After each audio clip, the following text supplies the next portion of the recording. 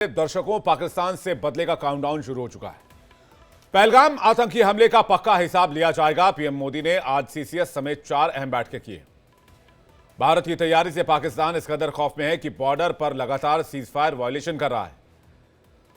असीम मुनीर की समझ नहीं आ रहा कि आखिर भारत का मुकाबला करें कैसे। पाकिस्तान की सेना मैदान छोड़कर भाग रही है। पाकिस्तान की आर्मी को पता नहीं है किस मोर्चे पर जंग लड़ना है। दूसरी तरफ परमाणु युद्ध की गीदड़ भभकी देने वाले पाकिस्तान के नेताओं का भी दम निकलने लग गया है। पिछले एक हफ्ते से दर्शकों, लगातार गीदड़ भभकी देने के बाद, परमाणु बम चिल्लाने के बाद दुनिया के किसी भी देश ने चवन्नी भाव पाकिस्तान को नहीं दिया है। आपको याद होगा, सबसे पहले पाकिस्तान के विदेश मंत्री ने और रक्षा मंत्री ने एटम बम की धमकी दी थी। अमेरिकी मीडिया को इंटरव्यू में कहा था वहां के नेताओं ने कि अगर यह युद्ध हो गया तो दुनिया के लिए बड़ा नुकसान हो जाएगा, क्योंकि पाकिस्तान जो है वो एटमी ताकत है। लेकिन एक हफ्ते बीत जाने के बाद भी सिर्फ पाकिस्तान के अब्बूजान चीन को छोड़ दीजिए, किसी मुल्क ने चवन्नी भाव नहीं दिया है। हां, एक मुल्क है टर्की, जो कहा जा रहा है कि कुछ हथियार लेकर उसके पास पहुंचा है। आज टर्की एयरफोर्स का एक डेलीगेशन जो है वो भी पाकिस्तान में, ऐसी भी खबरें सामने आई।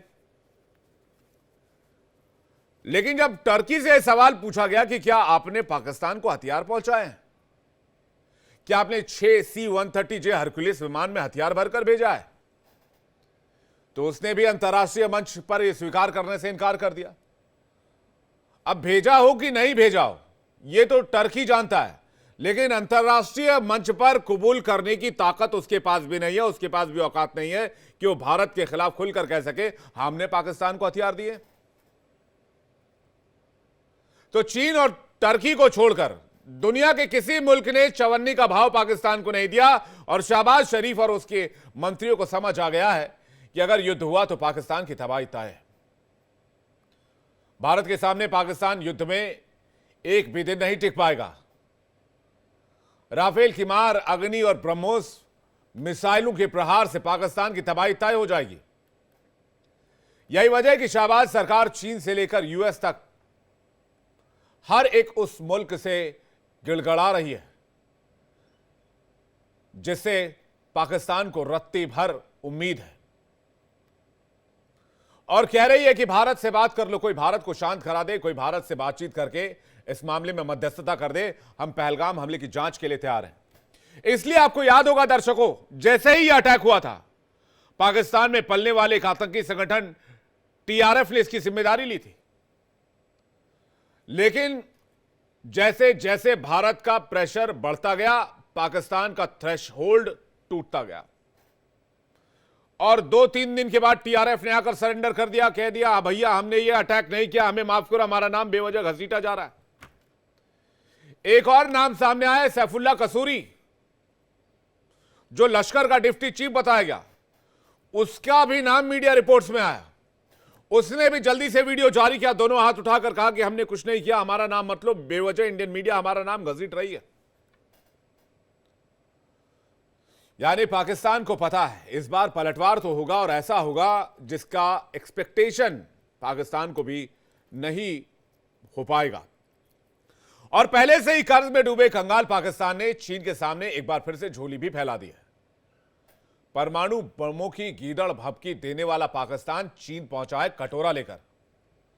लेकिन अगर युद्ध हुआ तो पाकिस्तान 3 तरफ से घिरेगा। एक तरफ से बलूचिस्तान, पाकिस्तान सेना की कब्र खोद रही है।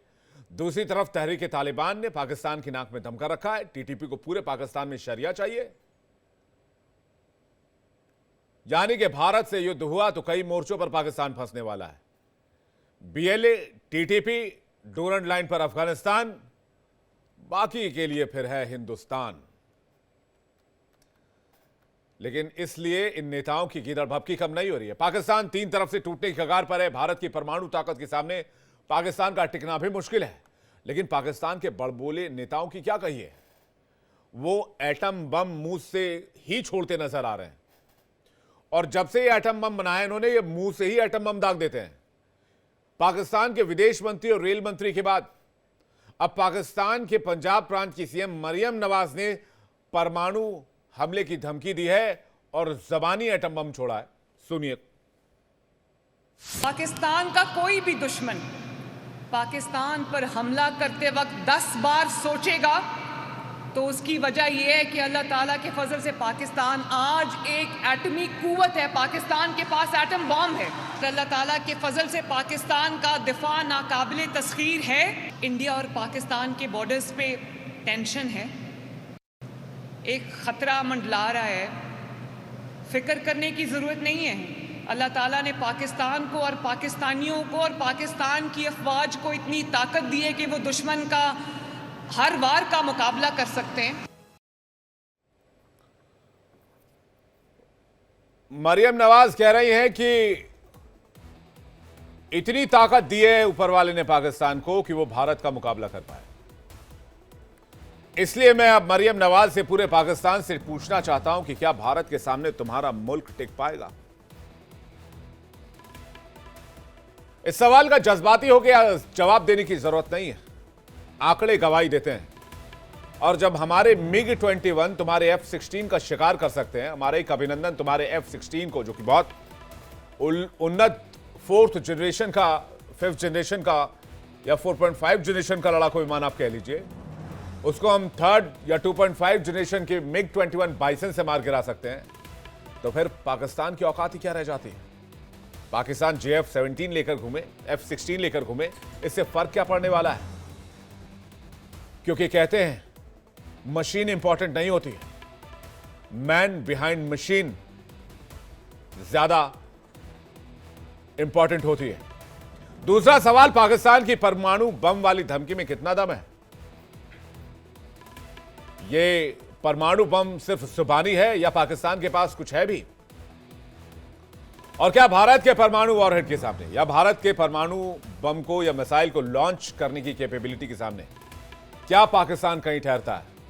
तो इस सवाल का जवाब तो मैं ही आपको दे सकता हूं, पाकिस्तान कहीं नहीं ठहरता। भारत के पास अनलिमिटेड कैपेबिलिटीज हैं। भारत आज की तारीख में चाइना जैसे मुल्क से भी टक्कर ले सकता है, लेकिन पाकिस्तान की यह कुव्वत नहीं है। पाकिस्तान हफ्ते भर से ज्यादा जंग में सस्टेन भी नहीं कर सकता है। बातचीत करने के लिए लेफ्टिनेंट जनरल रामेश्वर यादव हमारे साथ जुड़ रहे हैं, रक्षा विशेषज्ञ हैं। Air vice marshal O P Tiwari रक्षा विशेषज्ञ हमारे साथ जुड़ रहे हैं। मेजर जनरल SVP सिंह हमारे साथ जुड़ रहे हैं, रक्षा विशेषज्ञ, और साथ ही साथ मेजर जनरल अनुज माथुर हमारे साथ जुड़ रहे हैं, रक्षा विशेषज्ञ। आप सभी मेहमानों का बहुत बहुत स्वागत है। और संजीव श्रीवास्तव हमारे साथ जुड़ रहे हैं, विदेश मामलों के जानकार और रक्षा विशेषज्ञ। संजीव जी, आपका भी बहुत स्वागत है। आप सभी को जय हिंद, वंदे मातरम, भारत माता की जय। सबसे पहला सवाल मेरा रामेश्वर जी आपसे, मैंने बहुत सारी बातें दर्शकों से की, इसलिए चाहता हूं कि अब आप लोग मोर्चा संभालें। और रामेश्वर जी, ये जो बात बार बार सामने आ रही है, एटमी धमकी, एटम बम फोड़ देंगे, पाकिस्तान को ऊपर वाले ने एटमी शक्ति बनाया है, हमारी दिफा को कोई चैलेंज नहीं कर सकता, ये इस तरह की बातें, ये सिर्फ पॉलिटिसाइज करने वाली बात है या वाकई इसमें कोई दम है? देखिए शर्मिला जी, पहले तो ये देखते हैं कि एटम बॉम्ब जो है, न्यूक्लियर डिवाइस या न्यूक्लियर पावर जो भी है, ये किस वजह से आप इसकी धमकी दे रहे हैं। सबसे पहले तो ये है, पाकिस्तान की जो कन्वेंशनल कैपेबिलिटी है भारत के लिहाज से बहुत कम है। तो जब एक देश जिसकी कन्वेंशनल कैपेबिलिटी कम होती है, उसको कंपनसेट करने के लिए ये न्यूक्लियर पावर है, वो थियोरेटिकली अगर आप देखें तो उसको कंपनसेट कर सकती है। जबकि एक देश दूसरे देश के ऊपर हमला करता है और एक ऐसी स्थिति आ जाती है, उस देश को मरने मराने और उनकी जो अस्तित्व है उसी के ऊपर खतरा है, तो ऐसी हालात के अंदर अगर वो न्यूक्लियर डिवाइस इस्तेमाल करता है तो कन्वेंशनल कैपेबिलिटी जो है उसकी जो कमजोरी है उसको वो पूरा कर सकता है, पहली बात। दूसरी चीज, जब आप न्यूक्लियर डिवाइस की बात करते हैं तो साथ ही साथ आप इंटरनेशनल कम्युनिटी की तरफ एक गुहार लगाते हैं कि देखिए हमारे पास न्यूक्लियर बॉम्ब है और ये न्यूक्लियर लड़ाई हो सकती है। और जब भी न्यूक्लियर लड़ाई होगी तो वो दोनों देश की, जैसे हिंदुस्तान और पाकिस्तान है, ये नहीं कि सिर्फ हिंदुस्तान में नुकसान होगा अगर हमारे ऊपर डालते हैं, वो नुकसान पाकिस्तान में भी उतना ही होगा जितना हिंदुस्तान में होगा। साथ ही साथ जो ये रेडिएशन इसमें निकलती है और इसकी जो तबाही है, इसकी जो हवाएं हैं, वो पूरे पूरे एनवायरमेंट को वो खराब करती है। तो इसमें काफी देशों के ऊपर इसके ऊपर असर पड़ेगा। तो इस वजह से इंटरनेशनल कम्युनिटी जो है वो उनका ध्यान इस तरफ आकर्षित किया जाता है कि देखिए ये आपस में लड़ाई ना हो जाए, ताकि लड़ाई को वो बंद करा सके, वो इंटरवीन कर सके। और तीसरी बात है, अपने जो जवान हैं उनका जो मोराल है, जैसे अभी आपने बताया कि पाकिस्तान की जो सेना वाले हैं, उनके पॉलिटिशियंस है घबराए हुए हैं, उनकी घबराहट को दूर करने के लिए, उनका मोराल बढ़ाने के लिए भी न्यूक्लियर डिवाइस की बात की जाती है। तो इसके मल्टीपर्पज पर्पसेस हैं। इतना कहने के बाद मैं ये कहना चाहूंगा, न्यूक्लियर डिवाइस जो है वो एक डेटरेंस का तरीका है, ना कि उसका इस्तेमाल करने की जरूरत नहीं पड़ती है। पिछली बार जो न्यूक्लियर डिवाइस इस्तेमाल हुई थी वो नागासाकी हिरोशिमा में हुई थी 1945 के अंदर। उसके बाद से देखिए अमेरिका के पास 5000 से ज्यादा न्यूक्लियर बॉम्ब्स है, रशिया के पास उससे भी ज्यादा है, और इस वक्त 5 से 6 शक्तियां हैं जिनके पास न्यूक्लियर कैपेबिलिटी है, लेकिन कभी भी का इस्तेमाल नहीं होगा। अभी आप अपना ध्यान यूक्रेन और रशिया की लड़ाई की तरफ देखें। बिल्कुल सही बात। यूक्रेन हालांकि उनके पास न्यूक्लियर डिवाइस नहीं है, पहले थी उनके पास, लेकिन उनका सपोर्ट पूरा यूएस और वेस्टर्न वर्ल्ड कर रहा है। 3 साल हो गए हैं, लेकिन उसका धमकी जरूर दी गई है कि दोनों तरफ से, लेकिन उसका इस्तेमाल नहीं हुआ है। सर जाहिर सी बात है, मैं इसमें एक और चीज ऐड करना चाहूंगा, माफी चाहूंगा बीच में रोक रहा हूं आपको। पुतिन भी अपने लोगों को इतना क्यों मारने के लिए भेजते हैं, या अपने इतने पैसे खर्च क्यों करते हैं यूक्रेन में? वो एक छोटा सा एक टैक्टिकल न्यूक्लियर वेपन डालते जो एक सीमित एरिया के लिए होता और उनका काम पूरा हो जाता। वो रशिया को इतना ब्लीड क्यों कराते? 2-2.5 साल से लगातार जंग क्यों लड़ते? उनके लिए जंग भी आसान होती, पैसे भी कम खर्च पड़ते। तो मैं आपकी बात से बिल्कुल सहमत हूं कि एक डेटरेंस वाली बात होती है, इसके अलावा कुछ नहीं होता। लेकिन पाकिस्तान की सीन में खेल दूसरा है। पाकिस्तान अपनी कमियों को छिपाने के लिए बात कह रहा है। यादव सर, मैंने आपको एक उदाहरण दिया है यूक्रेन वाला, इस बात को बताने के लिए कि आपके पास बॉम्ब हो सकते हैं, लेकिन उसका इस्तेमाल करना बहुत ही रिमोट चांसेस है। हमारे अपने परिप्रेक्ष्य में देखिए, कारगिल के अंदर 1998 के अंदर पाकिस्तान ने अपना बॉम्ब फोड़ा, अपना ट्राई किया। 99 में उन्होंने कारगिल का युद्ध किया। उस टाइम ये हो रहा था कि 2 देश हैं, इनके पास न्यूक्लियर बॉम्ब्स हैं, और उस वक्त भी ऐसी ही बात चल रही थी। पाकिस्तान के सारे पॉलिटिशियन जितने भी थे, और ड्रॉप ऑफ हैट वो बताते थे हमारे पास तो बॉम्ब है, हम बॉम्ब चला देंगे, लेकिन ऐसा नहीं हो। और तीसरी बात मैं जो आपको बताना चाहता हूं कि जब 2 देश जिनके पास अगर एटॉमिक बॉम्ब्स है, तो कन्वेंशनल वॉर की जो विंडो है वो बड़ी छोटी रहती है, ऐसा समझा जाता था। लेकिन यूक्रेन वॉर देख लीजिए और बाकी और जगह भी देख लीजिए, ऐसा कुछ नहीं है। हमारे अपने देश में कारगिल वॉर देखिए 3 महीने तकरीबन चली, जबकि दोनों देश न्यूक्लियर कंट्रीज थे। तो ये कहना कि कन्वेंशनल वॉर की विंडो बड़ी सीमित हो जाएगी न्यूक्लियर वॉर की वजह से, ये कहना भी गलत है। तो ओवरऑल निष्कर्ष यही लगता है कि जो बंदर घुड़की ये लोग दे रहे हैं, इसका कोई असर नहीं पड़ना चाहिए, ना ही इसका इस्तेमाल करने की ऐसी जरूरत पड़ेगी, ना ही कोई इनको इस्तेमाल करने देगा। और अगर इस्तेमाल करते हैं, हमारे पास सेकंड स्ट्राइक कैपेबिलिटी है, हम जितना इनके ऊपर तबाही कर सकते हैं ये उसका अंदाजा भी नहीं लगा सकते। चांडिल्य। बिल्कुल सर, आपने सही कहा कि हम जो तबाही मचा सकते हैं उसका अंदाजा भी नहीं लगा सकते, लेकिन हमारी तरफ से अभी तक एक बार भी इस बात का जिक्र नहीं हुआ कि भाई मैं एटम बम करेंगे। चलिए एटम बम छोड़ दिया, हमारी तरफ से तो किसी एक छोटे बम की भी बात नहीं हुई। हमने ये भी नहीं कहा कि हम दिवाली वाले बम आपके यहाँ आके फोड़ देंगे, हमने किसी बम की बात नहीं की। लेकिन पूरा पाकिस्तान एक सुर में, कमाल है। मतलब मैं तो हैरत में हूँ, पिछले 7 दिन में 70 ऐसे लोगों के बयान आ गए होंगे, 7 बड़े नेताओं के बयान आ गए होंगे, 4-5 कैबिनेट मिनिस्टर्स के बयान आ गए होंगे, 4-5 सीएम पाकिस्तान के बयान आ गए होंगे, जो कि कह रहे हैं कि हम एटम बम फोड़ देंगे। और मैं यादव सर की बात से बिल्कुल सहमत हूं। मैं एसवीपी सिंह सर के पास जा रहा हूं, उसके बाद माथुर सर आपके पास और संजीव सर आपके पास आ रहा हूं कि पाकिस्तान अपनी खामियों को छिपाने के लिए एटम बम का पर्दा डाल रहा है। पाकिस्तान को पता है कन्वेंशनल वॉर में भारत के सामने हफ्ते भर से भी ज्यादा नहीं टिक पाएगा और उसके पास सरेंडर एकमात्र चांस बचेगा। तो दुनिया को डराने के लिए और भारत को गीदड़ भभकी देने के लिए भाई हम एटम बम पटक देंगे, हमारे पास है ही नहीं कुछ लड़ने के लिए, तो हम करेंगे हम एटम बम पटक देंगे आपके ऊपर। सिंह सर। देखिए विवेक, पाकिस्तान के पास दो चीजें हैं। एक है आतंकवादी और जी टेररिज्म की लड़ाई, और दूसरा है कि यहाँ उसके पास एटम बॉम्ब हो गए। 1998 में उन्होंने भी भारत के 2 हफ्ते सेकंड बॉम्ब जो हमने एक्सप्लोर किया था उसके बाद उन्होंने भी किया। ये दो चीजें हैं। बाकी पाकिस्तान कमजोर है कन्वेंशनल स्ट्रेंथ में, और इकोनॉमिकली बिल्कुल खोखला है, तो इसलिए वो धमकियां दे रहे हैं। पर देखें, जो न्यूक्लियर वॉर, ये जो ब्लैकमेलिंग है, इसका काउंटर है न्यूक्लियर थ्रेशोल्ड। देश अपने आप को आइडेंटिफाई करते हैं कि अगर कन्वेंशनल लड़ाई भी लड़नी है तो उसका न्यूक्लियर थ्रेशोल्ड कितना है। तो अगर पाकिस्तान ऐसे कर रहा है, कारगिल की लड़ाई में भी उन्होंने थ्रेटन किया था, ब्लैकमेल किया था कि हम न्यूक्लियर बॉम्ब इस्तेमाल करेंगे, परमाणु हथियार इस्तेमाल करेंगे, पर नहीं किया बिकॉज वर्ल्ड प्रेशर बहुत होता है। और इस दूसरा है कि भारत अभी न्यूक्लियर थ्रेशोल्ड इसमें आइडेंटिफाई करेगा इंडो पाक लड़ाई के अंदर, और वो हमारे लिए बहुत ही जरूरी है कि कौन से लेवल तक हमने जाना है, कितनी डेप्थ में जाना है। शॉर्ट टर्म ऑब्जेक्टिव होने, शॉर्ट ऑब्जेक्टिव होने, मीडियम जी ऑब्जेक्टिव होने हैं, या डेप्थ वाले। और इसके साथ वो भी कंबाइन करना पड़ेगा भारत को कि पाकिस्तान की जो है न्यूक्लियर ब्लैकमेलिंग, उसकी भी लिमिट है। उनकी थ्रेशोल्ड क्या है कि उसके एग्जिस्टेशनल थ्रेट अगर खतरे में है वो इस्तेमाल करेगा, उसकी लीडरशिप चेंज है तो उसमें इस्तेमाल करेगा, उसकी न्यूक्लियर साइट्स अगर बर्बाद होनी है उस समय इस्तेमाल करेगा। तो उसने भी अपनी रेड लाइंस आइडेंटिफाई की हुई हैं पाकिस्तान ने, और भारत उसको पहचानता है। और ये जो न्यूक्लियर बॉम्ब का इन्होंने इस्तेमाल करना है, मैं समझता हूं ये सिर्फ धमकी है। क्यों? कि प्रेशर आएगा, चाइना जैसे देश भी इनके ऊपर प्रेशर डालेंगे, अमेरिका तो डालेगा ही। और रूस देखो, बड़ा अच्छा एग्जांपल है कि उन्होंने इस्तेमाल नहीं किया, जबकि उनको 32 नाटो नेशंस के साथ उनके लड़ाई हो रही है यूक्रेन के अंदर। पर उन्होंने एक रेड लाइन आइडेंटिफाई की थी कि अगर नाटो देश एंटर करेंगे यूक्रेन की धरती पे तो वो इस्तेमाल करेंगे, और वो भी उस समय टैक्टिकल न्यूक्लियर वेपन है।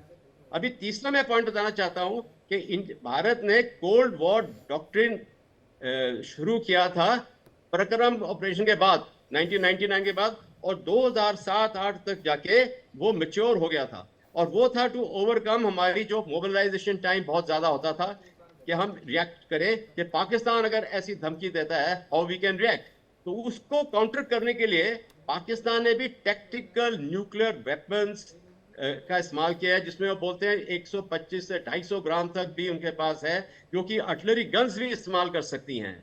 और इसमें क्या है कि जो टैक्टिकल न्यूक्लियर वेपन्स गिने जाते हैं वो up to different countries different deals के ऊपर है कि अप टू 5 to 10 मेगाटन्स भी उनको शॉर्ट टर्म गिना जाता है, और स्ट्रेटेजिक तो खैर 50 एंड बियॉन्ड है ही। तो मैं समझता हूं कि ये सब जो एक तरह की वॉर गेमिंग दोनों देश कर रहे होंगे इस समय, कि हमने किस हद तक जाना है। बिल्कुल सही बात, लेकिन हद तो पाकिस्तान की कुछ है ही नहीं सर। पाकिस्तान के पास खाने के लिए पैसे नहीं है, तो पाकिस्तान तो ये सोच रहा होगा हम किस हद तक भारत को रोक लें। भारत ये सोच रहा होगा हमें किस हद तक जाना है, हमारा थ्रेशोल्ड कहां तक होगा और हम कितना त्वरित एक्शन ले सकते हैं। मैं इस पर माथुर सर का रिएक्शन चाहूंगा, उसके बाद में संजीव सर आपके पास आ रहा हूं। माथुर सर। देखिए, हाँ देखिए, जब हम परमाणु युद्ध की बात करते हैं, एक पाकिस्तान को इस बात का पूरी तरह से गुमान है, और वो जानते हैं इस बात को बेहतर तरीके से कि उनके पास कोई स्ट्रेटेजिक डेप्थ नहीं है। और जब न्यूक्लियर आर्सेनल हमारे पास भी है, उनके पास भी है, तो उनको इस बात का पता है कि अगर वो न्यूक्लियर वॉर कभी शुरू करने की सोचेंगे भी तो वो पाकिस्तान का डेफिनेटली दी एंड हो जाएगा। हम म्यूचुअली एश्योर्ड डिस्ट्रक्शन की बात करते हैं, तो भारत के जो एब्सॉर्प्शन कैपेबिलिटी है वो मेरे हिसाब से कहीं ज्यादा है। तो ये पाकिस्तान जो है न्यूक्लियर रैटलिंग ये बातचीत इसलिए कर रहा है क्योंकि उनके पास कोई अंतरराष्ट्रीय सपोर्ट आज की तारीख में नहीं है। हमने इंडस वाटर ट्रीटी को रोक लिया, उसके बावजूद पूरी दुनिया से कहीं से कोई रिएक्शन नहीं आया उसके ऊपर, और जितने भी एक्शंस हमने लिए हैं उनका कोई रिएक्शन पूरी दुनिया से नहीं है। चीन ने भी, अगर हम कई बार कह चुके हैं कि चीन ने पाकिस्तान का साथ दिया, मुझे नहीं लगता चीन ने खुल करके पाकिस्तान का साथ दिया है। उन्होंने एक दो बातें कही हैं क्योंकि वो उनकी मजबूरी है, वो उनका इतना इन्वेस्टमेंट है, इतना इंटरेस्ट पाकिस्तान में ऑलरेडी हो चुका है। तो मेरा ये मानना है कि पाकिस्तान के साथ आज की दुनिया में कोई भी नहीं खड़ा है, क्योंकि हमेशा जो अंतरराष्ट्रीय समुदाय होता है उसकी जो ओपिनियन होती है वो ओपिनियन उसके साथ नहीं होती है जो कि आतंकवाद को बढ़ावा देता है या आतंकवाद करता है, उसके साथ होती है जो कि आतंकवाद को सफर कर रहा है। और इस समय पूरी दुनिया विदाउट ए डाउट इंडिया के साथ है, और यही बात कहीं ना कहीं उसको खाई जा रही है। दूसरी बात जो मैं बता रहा हूं कि वो ये होता है कि पाकिस्तान आज की तारीख में, ये बात हमने करी, कन्वेंशनली वो कन्विंस्ड है कि वो कुछ कर नहीं सकते। अब ये हमला करके उन्होंने ऐसी परिस्थिति खड़ी कर दी है कि एक possibility of a conventional stand of काफी ज्यादा उभर करके सामने आ गई है, और वो अफोर्ड नहीं कर सकते। इस वजह से वो चाहते हैं कि किसी तरह से हम ऐसा प्रेशर क्रिएट करें ताकि अंतरराष्ट्रीय समुदाय भारत के ऊपर दबाव डाले और कुछ करे। लेकिन एक बात विवेक, आप मान के चलें कि इस बार कोई दबाव, कोई अंतरराष्ट्रीय प्रेशर काम नहीं करने वाला है। जो नर्व है आतंकवाद की, पाकिस्तान की रेडिकलाइज्ड आर्मी, उस पर आघात होगा, इसमें कोई शक न रखे कोई भी। आज देखें आप किस प्रकार से एक डिसएन्चेंटमेंट पाकिस्तान की आर्मी में देखने को मिल रहा है, वहां के लोगों में परेशानी हो रही है। वो सब इसलिए होता है कि उनको भी मालूम है कि जो उन्होंने किया वो गलत है, और उसका परिणाम क्या हो सकता है वो उनको पता है। तो इस वजह से आप देखिए, ये जो फियर साइकोसिस की मैं कल बात कर रहा था विवेक आपसे, वही बात दोबारा दोहराऊंगा कि पाकिस्तान के जितने भी रिएक्शंस हैं वो एक एक्सट्रीम फियर साइकोसिस की वजह से हो रहे हैं। और उस फियर साइकोसिस की वजह क्या है कि वो जानते हैं कि भारत के पास आज की परिस्थिति में राजनीतिक इच्छा शक्ति और मिलिट्री कैपेबिलिटी दोनों मौजूद हैं, और इन दोनों के कॉम्बिनेशन से उनको कभी भी किसी भी प्रकार से आघात किया जा सकता है। बालाकोट उनको हॉन्ट कर रहा है विवेक, बालाकोट हॉन्ट्स देम। तो ये मेरा मानना है कि उनको इस बात से बहुत घबराहट है कि हाँ कब, बिल्कुल क्यों सर, और कैसे बालाकोट भी एक्शन हॉन्ट कर रहा है, और ये और सर्जिकल स्ट्राइक भी हॉन्ट कर रहा है, जो हमने सर्जिकल स्ट्राइक की थी वो। जी, कि उनको हमारी नौसेना से बहुत ज्यादा घबराहट है, क्योंकि आज की परिस्थिति में जो हमारी नौसेना है वो 1971 की नौसेना से कई दर्जे ज्यादा बेहतर है। और 71 में हमने पाकिस्तान की नौसेना को समाप्त कर दिया था। वो 13 दिन के युद्ध में एक दिन भी नौसेना को इस्तेमाल नहीं कर पाए थे। तो ये भी बात हमारे को समझ बिल्कुल मैं आपकी बात से सहमत है। पहला ऑपरेशन हमने जमीन से किया, दूसरा ऑपरेशन हवा से किया, तीसरा ऑपरेशन हो सकता है पानी से हो जाए, यू नेवर नो। हो सकता है गुजरात वाले साइड से जो है वो नेवी कुछ एक्सेस करके, पता नहीं अब इंडियन गवर्नमेंट और साथ साथ आर्मी हमारी क्या प्लान कर रही है, ये अभी बहुत गोपनीय है और बहुत। लेकिन एक बात को लेकर तो आश्वस्त है कि नहीं, पहलगाम हमले का बदला जरूर होगा। मैं संजीव जी के पास जा रहा हूँ इसे परमाणु बम वाले सवाल पर, उसके बाद मैं रामेश्वर यादव सर आपके पास आऊंगा। संजीव जी, देखिए, जैसा कि यादव सर ने कहा, मैं बिल्कुल सहमत हूँ कि जो न्यूक्लियर वेपन्स हैं वो वेपन्स ऑफ वॉर नहीं है, ये वेपन्स ऑफ डिटरेंस कहे जाते हैं। लेकिन चूंकि पाकिस्तान कन्वेंशनल मिलिट्री माइट में भारत से बहुत कमजोर है, कमतर है, और ऐसे में पाकिस्तान के हुक्मरानों के अंदर जो ये भय और जो हर तरीके की जो चिंता दिखाई दे रही है, उसकी वजह से वो न्यूक्लियर वेपन्स के इस्तेमाल की धमकियां दे रहे हैं, ताकि ये गैप है कन्वेंशनल मिलिट्री माइट का, उसको वो कवर अप कर सके। दूसरा, पाकिस्तान की आंतरिक स्थिति बेहद दयनीय है। पाकिस्तान में गृह युद्ध के हालात हैं, बलूचिस्तान हो, खैबर पख्तूनख्वा हो, सिंध हो, और शिया सुन्नी कम्युनिटी के बीच के जो टकराव हैं, पंजाब के लोगों के ऊपर बलूच लोग हमले कर रहे हैं, और पाकिस्तान आर्थिक रूप से भी कंगाली की स्थिति में है, राजनीतिक रूप से अस्थिर है। तो पाकिस्तान की जो आंतरिक स्थितियां इतनी कमजोर हैं कि उसके ऊपर भी उसकी वजह से भी ये जो हुक्मरान है घबराए हुए हैं। और तीसरी बात ये है कि पाकिस्तान ने ये जो कायराना हरकत की है, जाहिर है कि उसे इस बात का अच्छी तरह से एहसास है कि आज का ये जो नया भारत है प्राइम मिनिस्टर श्री नरेंद्र मोदी के नेतृत्व का, वो आतंकवाद को बर्दाश्त नहीं करता है और आतंकवाद को के ऊपर सख्त कार्रवाई करके दिखाता है। जैसा कि हमने 2 कार्रवाइयां पहले ही की हैं, पाकिस्तान की टेरिटरी में जाकर के एक सर्जिकल स्ट्राइक, एयर स्ट्राइक, और आने वाले समय में सभी तरीके की स्ट्राइक्स के सारे ऑप्शंस ऑन द टेबल हैं। और अब भारत की सुरक्षा एजेंसीज को और भारत के राजनीतिक नेतृत्व को ये तय करना है कि कौन से ऑप्शंस को हम अडॉप्ट करेंगे। वो आने वाले समय में कुछ ही दिनों में हमें पता चलेगा। और इन सारी स्थितियों को ध्यान में रखते हुए पाकिस्तान काफी घबराया हुआ है, और इस वजह से भी वो बार बार न्यूक्लियर वेपन्स के इस्तेमाल की धमकियां दे रहा है। लेकिन इतना कहने के बाद मैं ये अवश्य कहूंगा कि भारत का जहां तक प्रश्न है, भारत की न्यूक्लियर डॉक्ट्रिन में बहुत ही स्पष्ट है कि हम न्यूक्लियर वेपन्स के नो फर्स्ट यूज की पॉलिसी पर चलते हैं। और भारत इस बात के लिए कमिटेड है कि वो न्यूक्लियर नो फर्स्ट यूज की पॉलिसी पर अडिग रहेगा। लेकिन इसी न्यूक्लियर डॉक्ट्रिन में ये भी लिखा हुआ है जिसे कि पाकिस्तान के हुक्मरानों को बहुत ही केयरफुली पढ़ लेना चाहिए, समझ लेना चाहिए इसके मायने क्या है, कि यदि भारत के ऊपर किसी शत्रु के द्वारा किसी न्यूक्लियर वेपन का इस्तेमाल किया गया, इवन की टैक्टिकल न्यूक्लियर वेपन का भी इस्तेमाल यदि भारत के विरुद्ध किया गया, तो भारत उसका मैसिव रिटेलिएशन करेगा। मैं फिर से कहूंगा, मैसिव रिटेलिएशन करेगा। और ऐसे में फिर पाकिस्तान का जो अस्तित्व है वो पूरी तरह से समाप्त हो सकता है। जानते हैं पाकिस्तान के हुक्मरान, इस बात को समझना चाहिए उन्हें। और उसके बाद ही इस तरीके के न्यूक्लियर गीदड़ भपकियां जो वो दे रहे हैं, बंदर घुड़कियां जो दे रहे हैं, वो उनको ऐसा करने से बचे तो ज्यादा अच्छा होगा। जहां तक पाकिस्तान के पहलगाम के इन कृत्यों का प्रश्न है, भारत इसे निसंदेह रिस्पॉन्ड करेगा। विवेक जी, भारत ने यदि पहलगाम की आतंकी घटना का रिस्पॉन्ड नहीं किया, तो ये जो हमास की स्टाइल का जो हमला इन्होंने किया है और सारी जो दर्शाई है, उससे कहीं बड़ा हमला भारत के ऊपर ये दोबारा होगा, बड़ा होगा और कई शहरों में हो सकता है। बिल्कुल सही, मैं आपकी बातों से सहमत हूं। इसलिए वंस एंड फॉर ऑल के लिए भारत को इस बार जाना होगा। आप लोगों ने कहा कि भाई बंदर की जैसे घुड़के मारकर पाकिस्तान जो डराने की कोशिश कर रहा है, मैं तो कहता हूं पाकिस्तान का कंपैरिजन बंदरों से करना बंदरों का अपमान है, क्योंकि कम से कम वो इस तरह की रणनीति तो नहीं रखते, वो आतंकी तो नहीं पालते, वो टेररिज्म नहीं करते, वो अपने फ़ायदे के लिए गुड टेररिज्म बैड टेररिज्म नहीं करते, वो किसी को ब्लीड नहीं करते, किसी को जान से नहीं मारते। खैर, एक बड़ी इंटरेस्टिंग बात मैं पढ़ रहा था, कहीं अभी बड़ा सोशल मीडिया पर वायरल है, यादव सर के पास जा रहा हूँ, कि पाकिस्तान को घबराने की ज़रूरत नहीं है, ये वहाँ के लोग कह रहे हैं, ये पाकिस्तान मुल्क के लोग कह रहे हैं, और कह रहे हैं भाई आराम से तुम लोग बिरयानी खाओ, एसी चलाओ, मज़े से जियो, कोई दिक्कत नहीं है, क्योंकि दुनिया में हमने इतना कर्ज ले रखा है, मैं तो दुनिया ही बचा लेगी, हमें लोड लेने की ज़रूरत ही नहीं है, हमें सोचने की ज़रूरत ही नहीं कि भारत हम पर हमला करेगा, दुनिया के वो मुल्क सोचे जिन लोगों ने हमें पैसा दिया है। तो इस तरह से पाकिस्तान की आवाम पाकिस्तान का मजाक बना रही है। ये तो हालत है वहाँ की आर्मी की और वहाँ की जो संस्थाएं हैं, सिक्योरिटी फोर्सेज हैं, उनकी कितनी इज्जत है वहाँ के आवाम में। मैं एक बड़ी इंटरेस्टिंग बात पढ़ रहा था यादव सर, मैं इसको आपके संज्ञान में लाना चाहूँगा, साथ ही दर्शकों को भी बताना चाहूँगा। एक बड़ी इंटरेस्टिंग आर्टिकल आई है, उसमें लिखा हुआ है कि भारत पाकिस्तान में जंग हुई तो चीनी हथियारों की पोल खुल सकती है।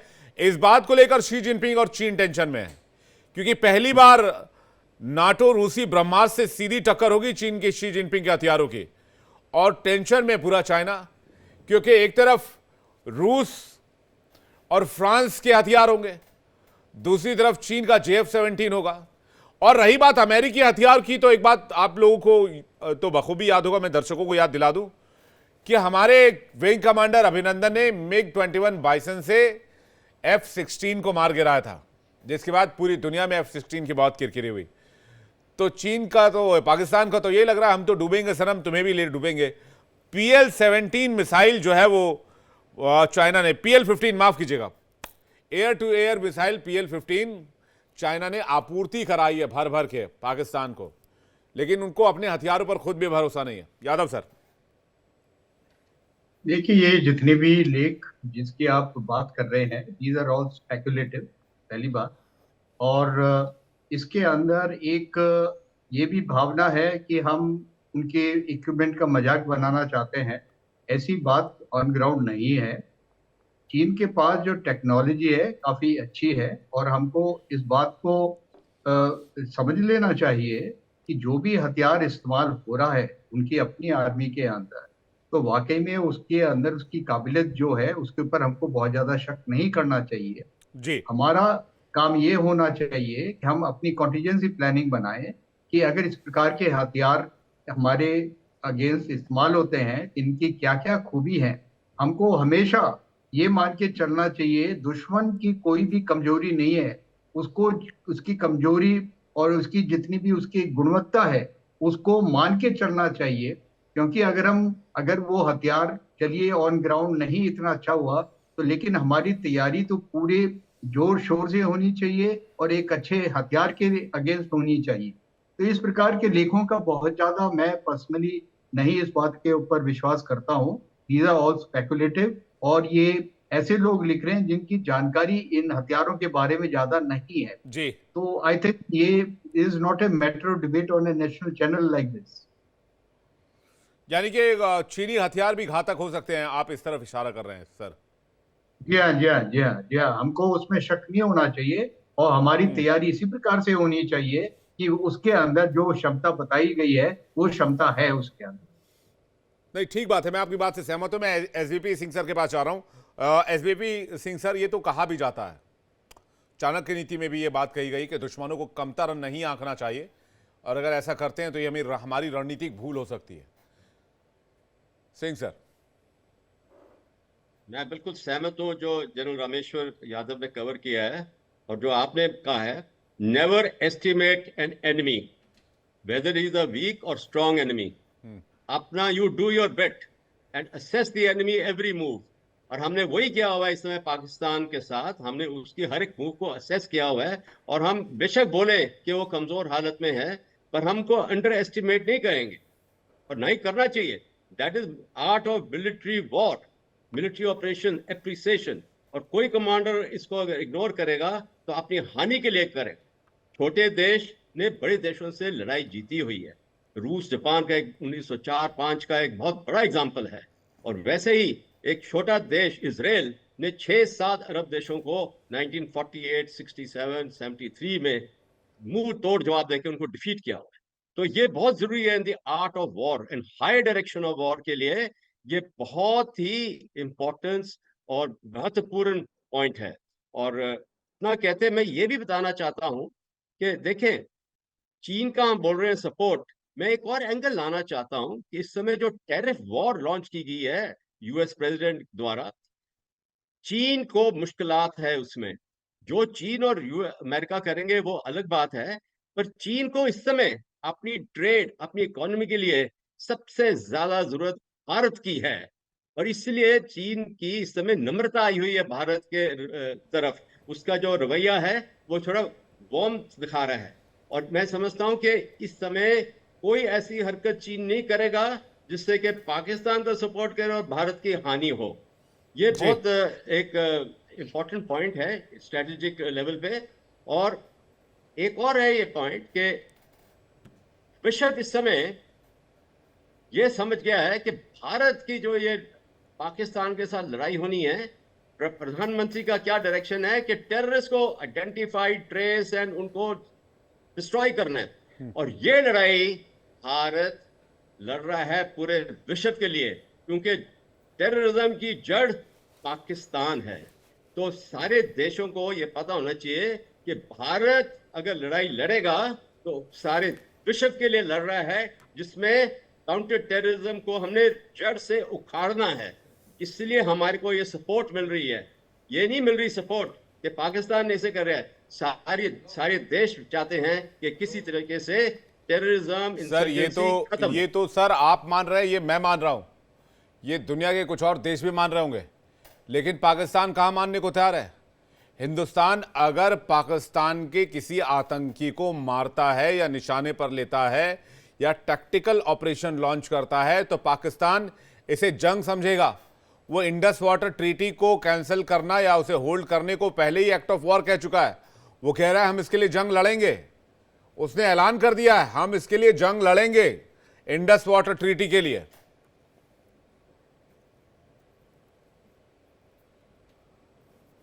ये सही है जी माथुर सर, इसके बाद मैं आ रहा हूं। सिंह सर का पूरा कर लें। जी सिंह सर। हाँ, बिल्कुल सही आप बोल रहे हैं। पाकिस्तान बेशक नहीं पहचान रहा, पर उस पहचानेगा जब वो भी मार खाएगा लड़ाई में। अगर काइनेटिक वॉर होती है तो फिर पाकिस्तान उसको पहचानेगा। ठीक है, अब माथुर सर, काइनेटिक वॉर और कन्वेंशनल वॉर क्या फर्क है? नहीं, देखिए, काइनेटिक वॉर का मतलब होता है कि वो वॉर जिसमें आपने मिलिट्री स्ट्रेंथ को एज ए टूल इस्तेमाल करते हैं। तो कन्वेंशनल वॉर वो होती है कि कन्वेंशनल जो आपके पास हथियार हैं, उन हथियारों के साथ जो आप दो देशों के बीच में जो युद्ध होता है वो होता है। और काइनेटिक वॉर भी कहीं ना कहीं मेरे हिसाब से वही, उसका कोई डिफरेंट मतलब नहीं है।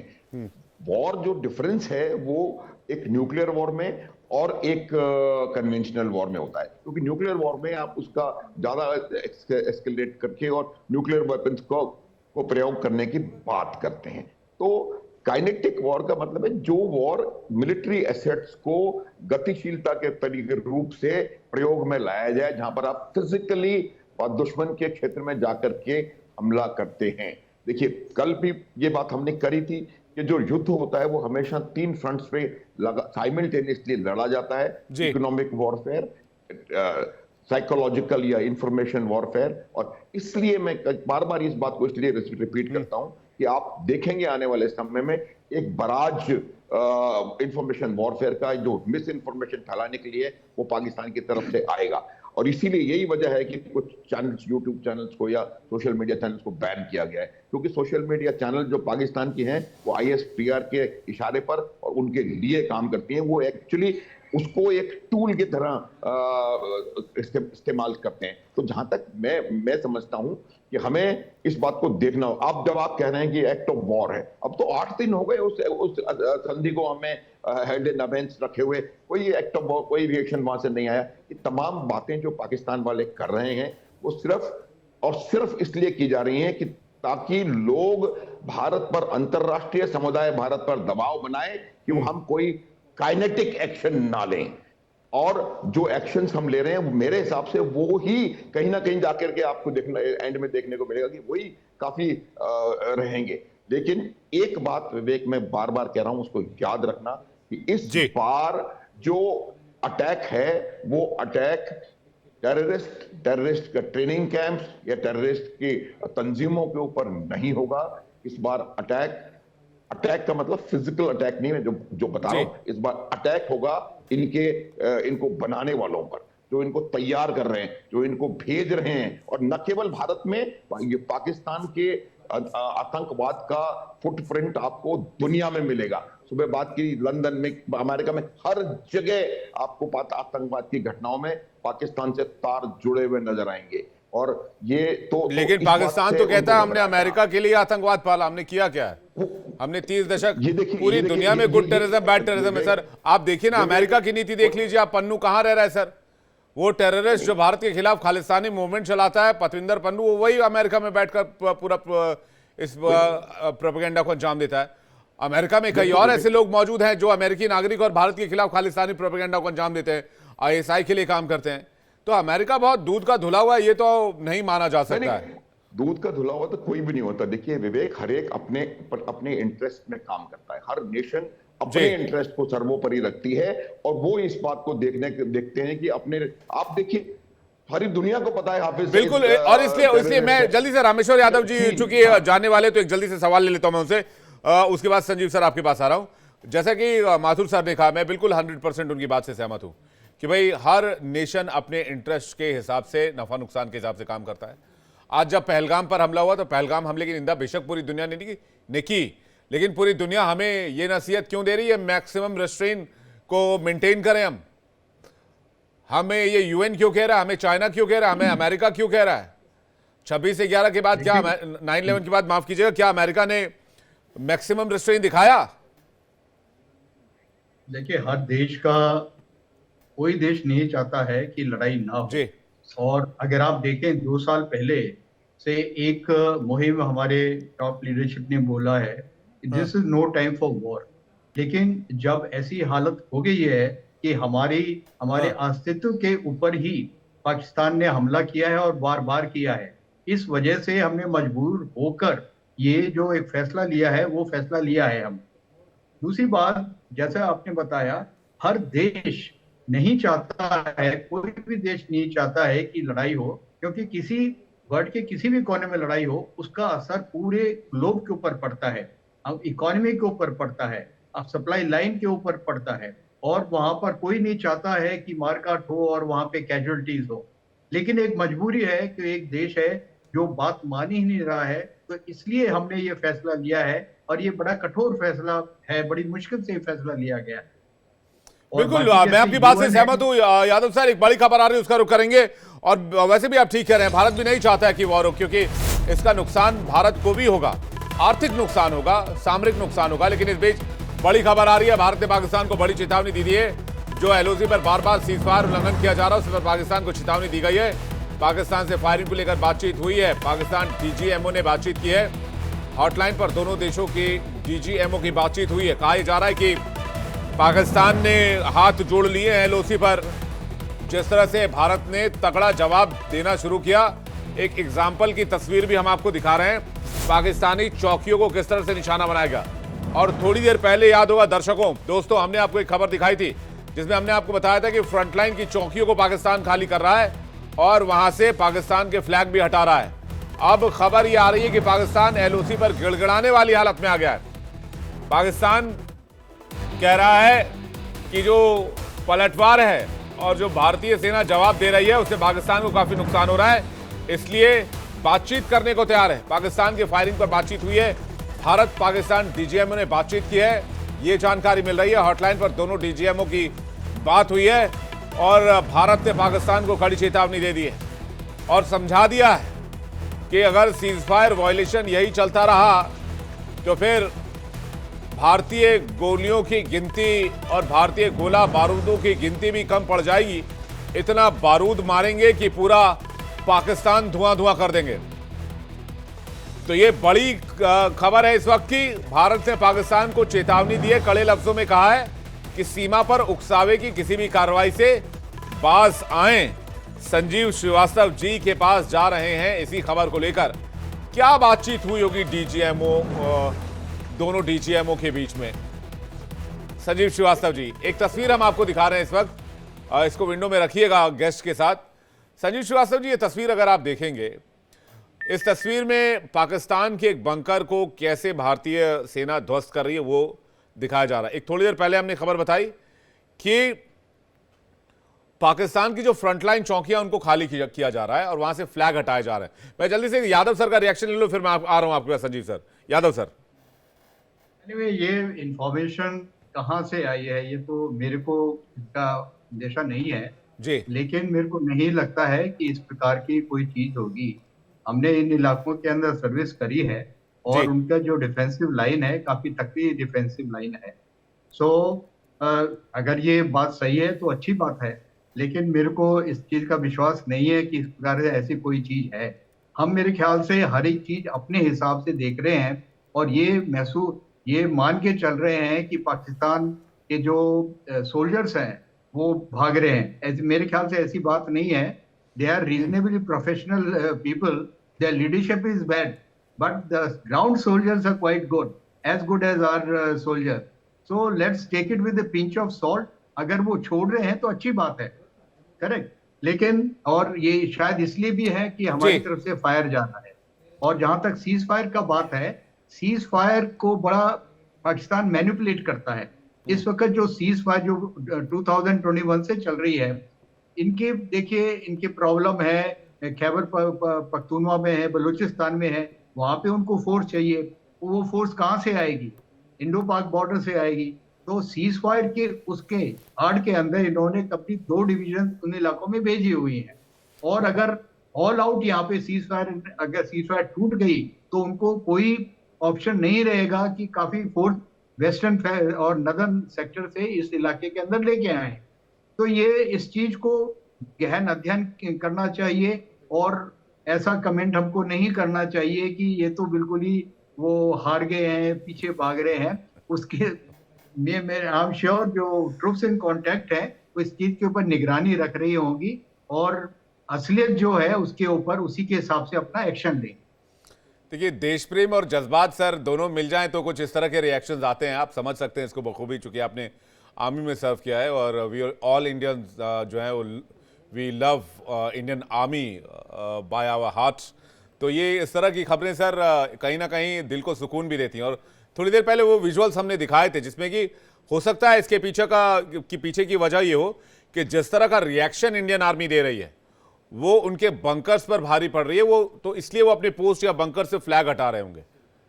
विवेक, before I leave I just give a parting line, never underestimate your enemy.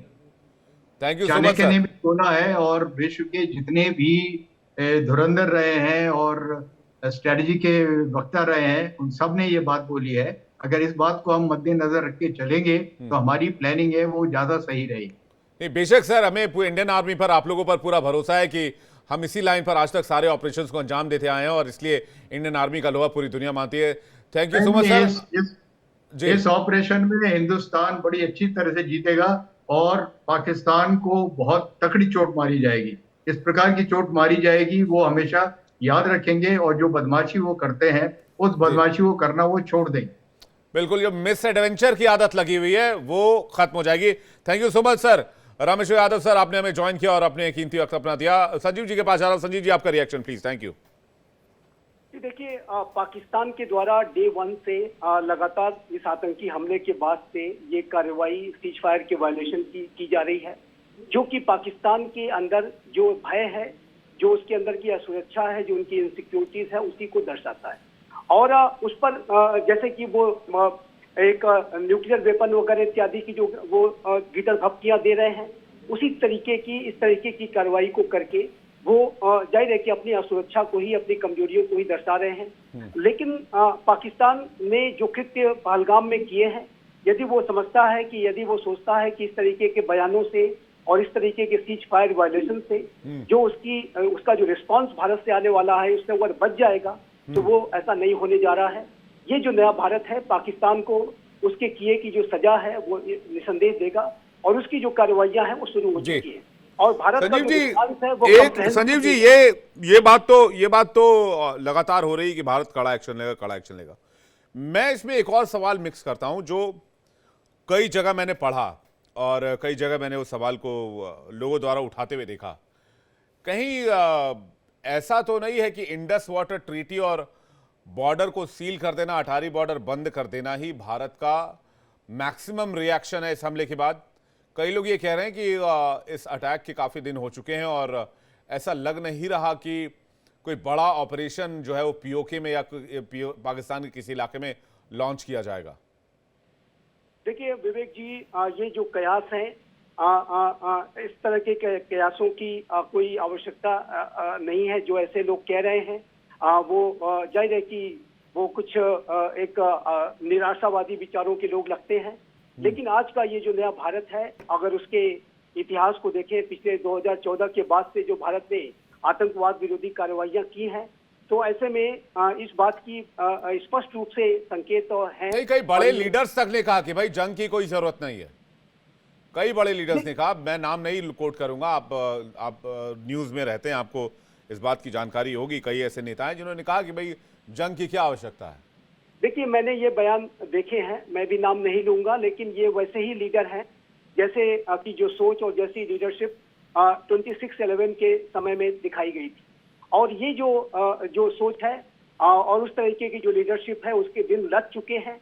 और इस तरीके के लीडर्स के विचारों को आज का ये जो नया भारत है फॉलो नहीं करता है। और हमने ये देखा है कि जब सर्जिकल स्ट्राइक की, हमने जो एयर स्ट्राइक की जम्मू एंड कश्मीर में 2017 से ऑपरेशन ऑल आउट लगातार जारी है और आतंकियों के विरुद्ध जीरो टॉलरेंस की पॉलिसी के साथ ये नया भारत चलता है, कार्य करता है। इजराइल के ऊपर जब हमास ने हमला किया तो उसी दिन भारत के प्रधानमंत्री ने एक ट्वीट के माध्यम से, अपने पर्सनल जो ट्वीट के माध्यम से राष्ट्रपति बेंजामिन नेतन्याहू के साथ संकल्पबद्ध तरीके से खड़े होने की अपनी बात रखी थी। और भारत आतंकवाद के संदर्भ में जाहिर है कि आज विश्व के एक लीडर के तौर पर स्थापित हो चुका है।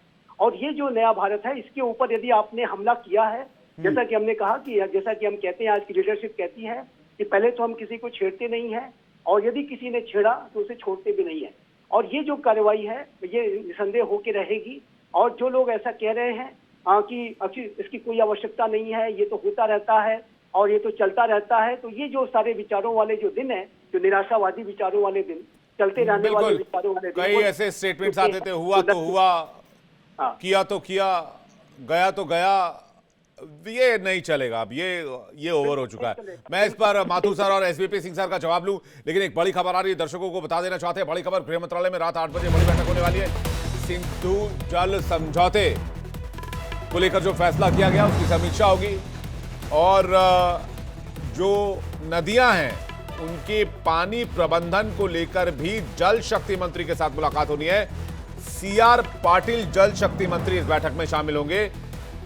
पाकिस्तान को एक बूंद भी जल ना जाए, पानी ना जाए, इसकी पूरी की पूरी तैयारी जो है वो इस वक्त जारी है। और आपने पिछली बार ये ब्रेकिंग भी सुनी होगी, हमने खबर आप तक पहुंचाई थी कि जल शक्ति मंत्री ने कहा था कि पाकिस्तान को एक भी बूंद पानी ना मिले, ये हम सुनिश्चित करेंगे। गृह मंत्रालय में रात 8 बजे एक बड़ी बैठक होने वाली है। एक रिएक्शन चाहेंगे माथुर सर इस पर आपका कि इंडस वाटर ट्रीटी में जो नदियों को आपस में लिंक करने की योजना भी भारत की रही है, तो एक बड़ी अपॉर्चुनिटी वहां पर भी है कि हम इस मौके का भरपूर फायदा उठाएं। बिल्कुल विवेक देखिए, इंडस वाटर ट्रीटी को सबसे सस्पेंड करने के बाद हमने क्या किया है, ये पानी बंद करना ही एक हमारा वो नहीं है। वाटर को वेपनाइज करना, जब उनको जरूरत नहीं है तब देना, जब जरूरत है तब नहीं देना। मेरा यह कहने का मतलब है कि वाटर का जो कंट्रोल है उसको पूरी तरह से अपने हाथ में ले लें। आप देखिए, डीसिल्टिंग शुरू हो चुकी है। डीसिल्टिंग करने से पहले पाकिस्तान को बताना पड़ता था और वो 50 तरह के उसमें स्पोक्स लगाते थे। डीसिल्टिंग करके हम उसके जो यहाँ पर वाटर रिटेंशन कैपेसिटी है उसको इंक्रीज कर लेंगे इमीडिएटली। और मेरा ये मानना है कि हम पानी के इसको रेगुलेट करेंगे। और आज की तारीख में ये बहुत ज्यादा जरूरी नहीं है कि आपको पानी को रेगुलेट करने के लिए या डायरेक्ट करने के लिए आपको बांध ही बनाना पड़ेगा। और वो तो ये ऐसी टेक्नोलॉजीज आज की तारीख में अवेलेबल हैं कि हम उस पानी को कंट्रोल कर सकते हैं और उस पानी को एक हथियार के तौर पे इस्तेमाल कर सकते हैं, और वो होगा। अब मैं एक तो बातें प्लीज विवेक मेरे को 2 मिनट और दे, बताना चाहता हूं। एक जो हमने बात कहीं ना कहीं शुरू में की थी, अभिनंदन ने वो कर दिया, ये जो जहाज की कोई कमी नहीं है।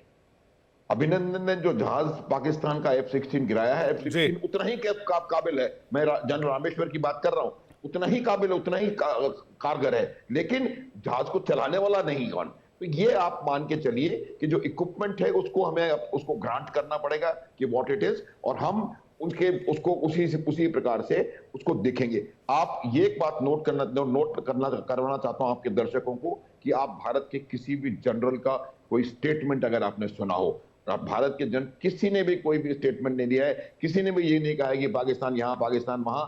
बिल्कुल मेजर्ड रिस्पॉन्स है और मेजर्ड उनके स्टेटमेंट्स हैं, और इसी बात से पाकिस्तान को घबराहट है। तीसरी बात, हम सीज फायर वायलेशन की बात कर रहे थे।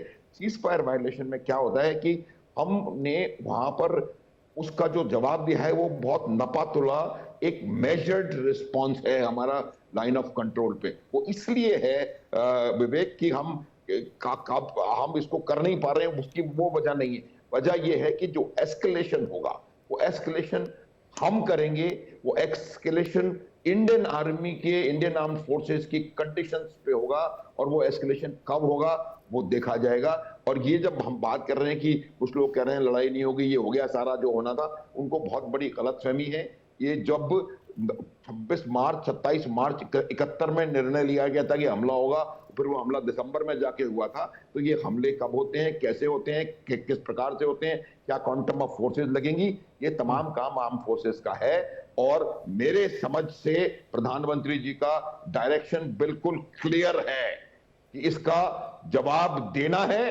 अब सेना डिसाइड करेगी, और जो लोग ये सोच रहे हैं कि ये खत्म हो गया, यहीं रह गया, उनको देखने को मिलेगा आने वाले समय में कहां क्या हो रहा है, नेवी क्या कर रही है, एयरफोर्स क्या कर रही है, आर्मी क्या कर रही है, और डिप्लोमेसी क्या कर रही है। कोर्सिव डिप्लोमेसी, ग्रेजुएटेड रिस्पॉन्स, ये 2 चीजें हैं जो कि हमें समझने की आवश्यकता है। और वो response each day, each meeting एक निर्णय लिया जा रहा है, उसका असर हो रहा है। और ये तमाम चीजों का ओवरऑल जो असर होगा वो असीम मुनीर के ऊपर होने वाला है, आप देखिएगा विवेक। ये तो सर आपने लंबी टाइमलाइन दे दी। आपने कहा कि 71 का हमला मार्च में डिसाइड होता, दिसंबर में जाकर। मैंने ये नहीं बोला, नहीं विवेक, सॉरी, मैं ये नहीं कहा, मैं ये नहीं कह रहा हूं कि जो लोग मैं इसका दूसरा एस्पेक्ट, ज्यादा टाइम लग गया, उनको पता होना चाहिए। मैं इसका सर माथुर सर, मैं इसका दूसरा एस्पेक्ट ले रहा हूं। इसका दूसरा एस्पेक्ट ये है कि आपने कहा कि भाई 6 महीने का वक्त लगा। अगर आपकी बात खुदा ना खास्ता पाकिस्तान ने अभी सुन ली हो या सोशल मीडिया के जरिए वो सुन लेंगे, तो वो अभी से 6 महीने तक जिएंगे कैसे सर? पिछले 7 दिन में वो 700 बार मरे होंगे कम से कम। रात को सो नहीं पाते, एयर पेट्रोलिंग करते हैं, सायरन बजाते हैं, ब्लैकआउट कर देते हैं बड़े बड़े शहरों में, जिससे बिल्डिंग्स की अंधेरा हो जाए, शहरों में अंधेरा हो जाए, टारगेट्स नजर नहीं आए। तो ये आज परिस्थिति आप देखिए, उन्होंने अपने रेलवे स्टेशन आर्मी को हैंडओवर कर दिए, जो हमारी सिर्फ हुंकार थे। हमारा एक भी गाड़ी, एक भी टैंक मोबिलाइज नहीं हुआ है, उनके डिविजन्स मोबिलाइज हो गए, सारी एयरफोर्स मोबिलाइज हो गई है। इन सब चीजों का भी अर्थव्यवस्था पे असर पड़ता है, पैसा खर्च हो रहा है, तेल लग रहा है। और मुझे लगता है कि एक बहुत बड़ा हमने उनसे रिएक्शन करवा लिया है। रात को 2 बजे मीटिंग कर रहे हैं वो लोग। मैं इस बार एसवीपी सिंह सर का रिएक्शन चाहेंगे। एसवीपी सर, मैं 2-3 पॉइंट ऐड करूंगा। ये रिवर्स के ऊपर जो बात हुई थी वाटर की, और माथुर साहब ने काफी कवर किया था, तो इसमें मैं बताना चाहता हूं कि कुछ ऐतिहासिक एग्जांपल मैं दे रहा हूं आपको। ये भारत ही नहीं है जिस देश ने ऐसे वाटर एज अ वेपन इस्तेमाल कर रहा है, और ये वेपनाइजेशन ऑफ वाटर बोल रहे हैं, वाटर बॉम्ब। देखें 1948 में इजराइल ने रिवर जॉर्डन का कब्जा कर लिया उसके ऊपर, जिस इलाके के ऊपर, और उसको आज तक उन्होंने रिटेन किया है। और गोलान हाइट्स में उसके जो है सोर्स वगैरह वो उनके काबू में है। तो जी, वाटर और रिवर वाटर को इसराइल ने पूरा काबू में रखा हुआ है। मैं दूसरा एग्जांपल आपको देता हूं, जो कि शैतान देश एक और है, तुर्की। उसने यूफ्रेटिस नदी और टिग्रिस नदी के ऊपर इराक और सीरिया के ऊपर ऊपर रिपेरियन स्टेट होने के नाते उनके ऊपर भी काफी निचोड़ा हुआ है उनको पानी की सप्लाई में। तो तुर्की का मतलब कोई मुंह नहीं खोल सकता इसमें। तीसरा एग्जांपल मैं देता हूं, हमारा जो पड़ोसी देश है नॉर्थ में, चीन। इसने चीन अभी तिब्बत करके अपर रिपेरियन स्टेट बनता है, भारत के लिए भी बनता है। उन्होंने मिकोंग नदी जो थी उसके ऊपर पानी रोका हुआ है, पूरा कंट्रोल किया हुआ है। ब्रह्मपुत्र कंट्रोल करता है सर, पूरा का पूरा ब्रह्मपुत्र कंट्रोल करता है। हाँ, देख वो कर सकता है, पर उसके लिए कॉन्सिक्वेंसेज हैं। पर यहाँ पे मैं बता रहा हूँ जो मिकोंग नदी पे उसने किया है, वियतनाम, कंबोडिया, लाओस के ऊपर उनके मतलब पानी के ऊपर कंट्रोल किया। तो चीन ने भी ऐसे एग्जांपल हमारे पास हैं इंटरनेशनल लॉ में, अगर करना है हमने। अच्छा, और अब एक और मैं आपको पॉइंट बताता हूँ, हमारी सभ्यता के तौर पर, हमारी सिविलाइजेशन स्ट्रेंथ, जो रिचनेस है, ये समय आ गया भारत का, काफी हमने सह लिया। अभी क्या है, मैं कृष्ण जी को एग्जांपल दूंगा, जिसने अर्जुन को बोला अभी फॉर राइटियसनेस अपना हथियार उठाओ और लड़ाई के मैदान में जाओ। और वैसे ही गुरु गोविंद सिंह साहब ने भी यही बोला कि देश सेवा पर मोहे, कि fight the war for victory as self righteous and justice. मैं समझता हूं भारत उस मोड़ पे अभी बैठा है कि हमने जीत लेनी है, फतेह जीत लेनी है। और पाकिस्तान की एग्जिस्टेंस, इस समय पाकिस्तान खुद जानता है कि बलूचिस्तान उसका बलूची प्रोविंस रहेगा कि नहीं। उसको ये नहीं मालूम कि पीओके उसका रहेगा, गिलगिट बाल्टिस्तान का उसको वो भी नहीं मालूम है। तो खैबर पख्तूनख्वा को तो मैं समझता हूं कि अफगानिस्तान उसको अपने आप ही सॉर्ट आउट कर लेगा। तो पाकिस्तान में भी क्या रह गया, मैं कहूँ स्थान तो नहीं रहेगा, पाक ही रह जाएगा, और पाक उसकी प्योरिटी नहीं है। बिल्कुल सही बात कह रहे हैं सर, मैं आपकी बात से सहमत हूं और आप सभी मेहमानों का बहुत शुक्रिया भी कहूंगा, आपने अपना कीमती वक्त निकाला